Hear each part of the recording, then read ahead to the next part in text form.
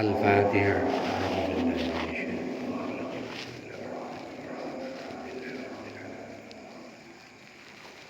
Iyyaka na'budu wa iyyaka nasta'in.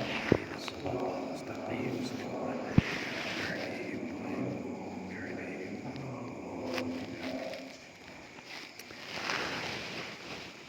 Faslun wa furudul wudu.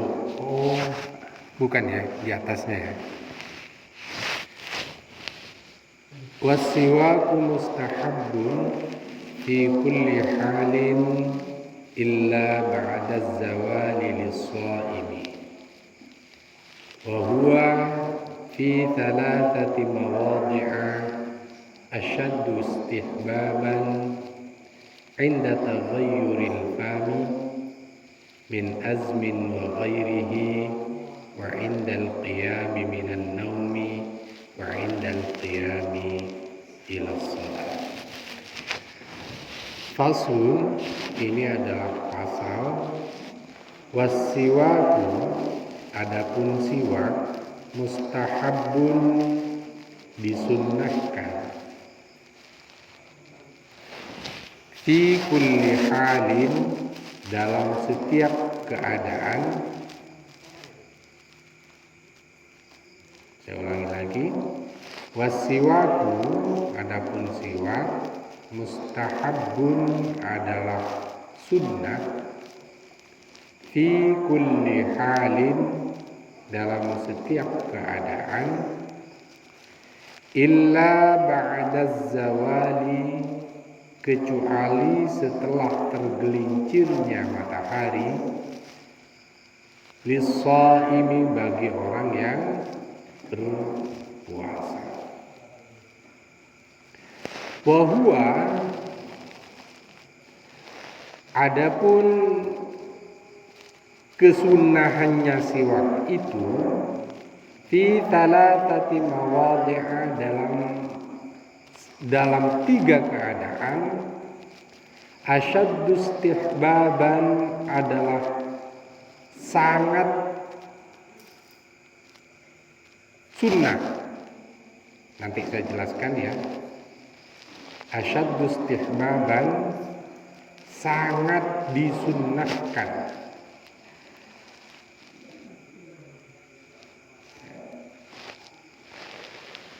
Saya jelaskan dulu ya.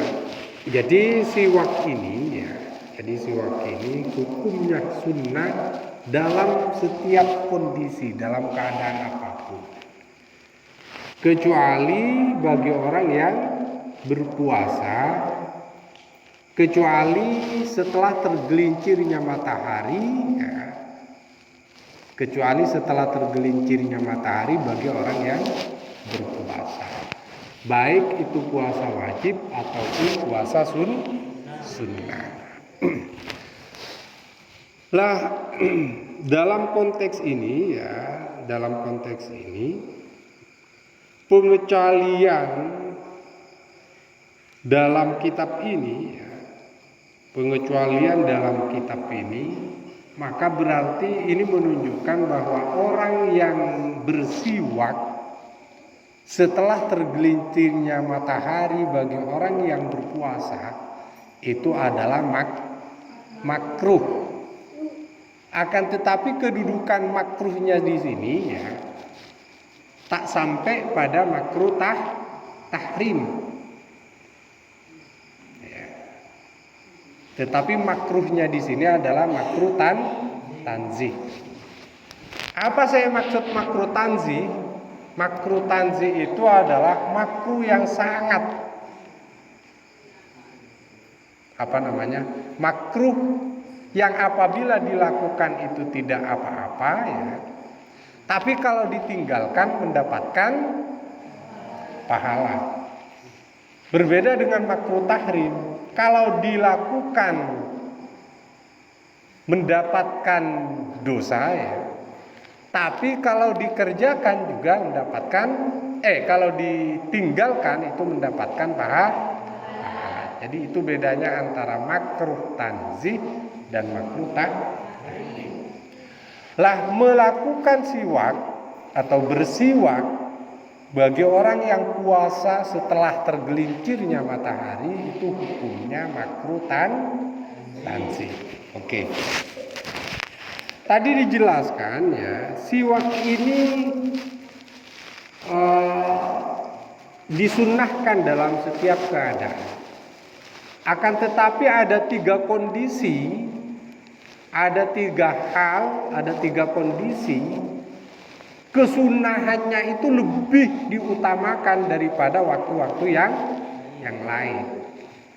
Apa kondisi seperti apa yang dimaksudkan itu? Pertama adalah inda taghayyuril fami. Inda taghayyuril fami min azmin wa ghairihi. Ketika berubahnya mulut, ketika inda taghayyuril fami, ketika berubahnya aroma mulut ya. Min azmin, azmin itu dalam keterangan kitab ini ya, yang dimaksudkan dengan azmin itu dalam kitab ini adalah lamanya diam.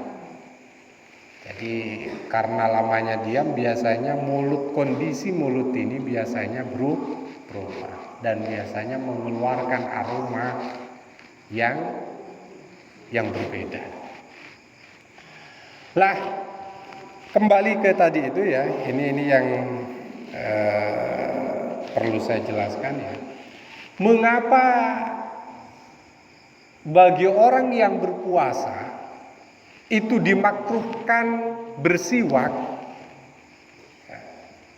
Saya kembali ke atas lagi ya. Mengapa bagi orang yang berpuasa itu dimakruhkan bersiwak? Karena aromanya orang yang berpuasa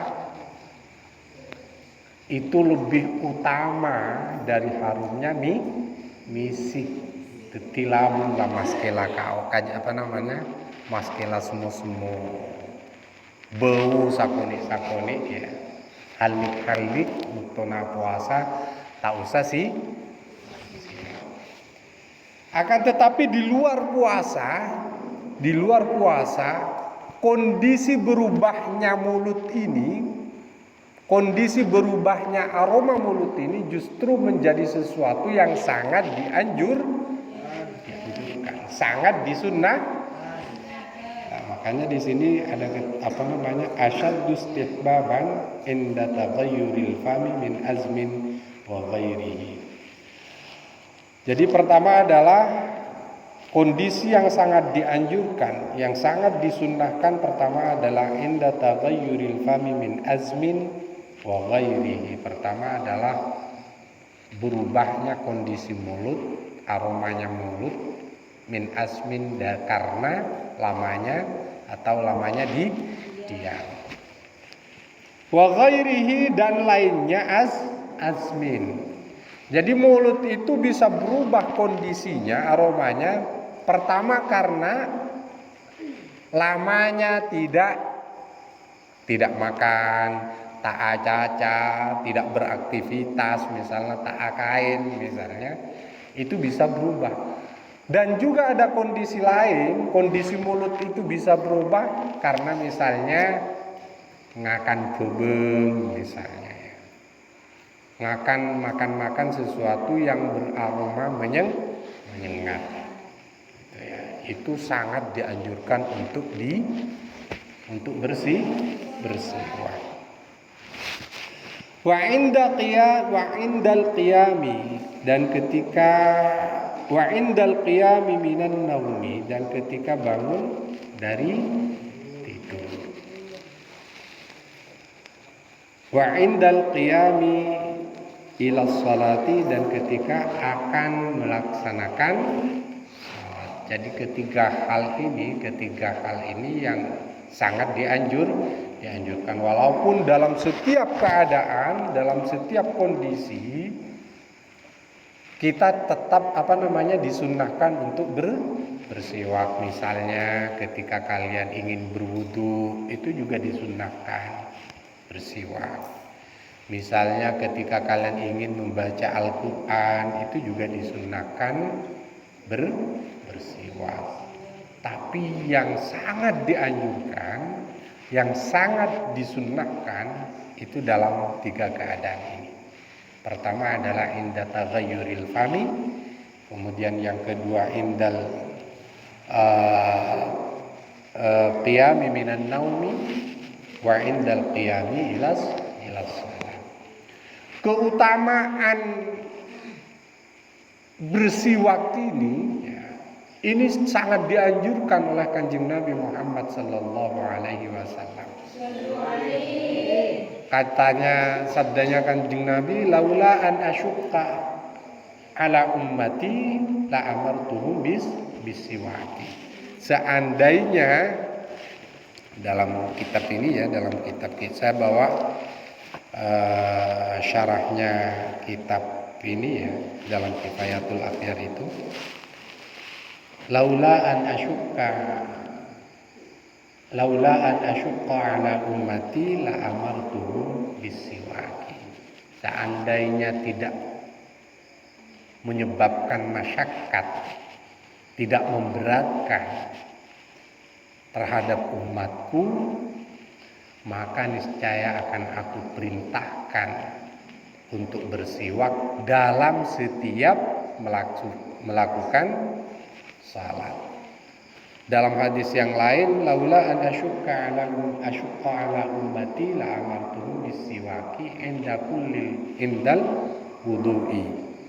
Ada juga laula an asyqa ala ummati la amartuhum bisiwaki inda kullis salati. Ini yang menjadi dasar. Dan keutamaan lagi ya, ini dalam sebuah hadis ya, yang diriwayatkan dari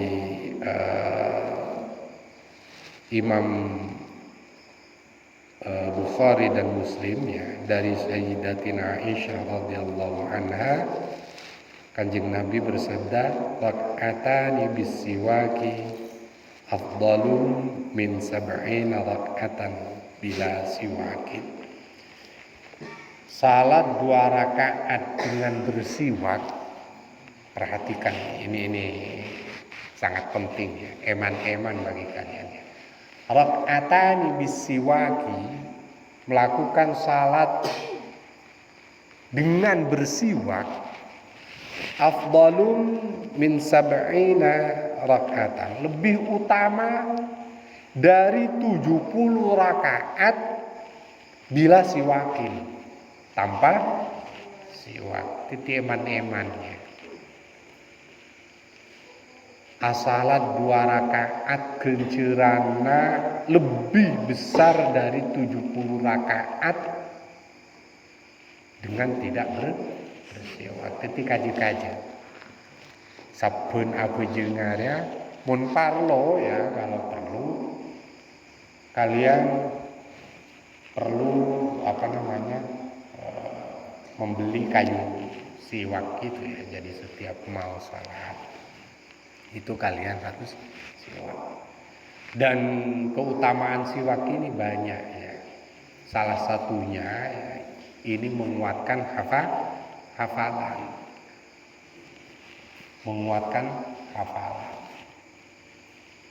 Cepat mengingat sesuatu. Dulu saya saat di pondok, dalam setiap keadaan saya selalu bawa siwak. Tapi karena di Kangyan ini hampir tidak ada yang mungkin orang yang jualan kayu siwak itu. Kalau di pondok saya dalam setiap keadaan mau ngaji, ya niatkan bahwa ini adalah perintah Kanjeng Nabi Muhammad sallallahu alaihi wasallam. Jadi aswaka pertama ya diniatkan adalah karena ngiring lampana Gusti Kanjeng Nabi Muhammad sallallahu alaihi wasallam. Karena Kanjeng Nabi pun juga dalam setiap keadaan pasti menggunakan siwak, baik saat mau ngaji, pada saat mau ngajar seperti ini, mestinya juga bersiwak, terutama bagi para murid-murid. Ini penting. Karena keutamaannya tadi, keutamaannya adalah menguatkan hafalan. Kalian akan cepat hafal kalau sering bersiwak. Ini menunjukkan betapa Islam sangat menghargai kebersihan dan kesehatan.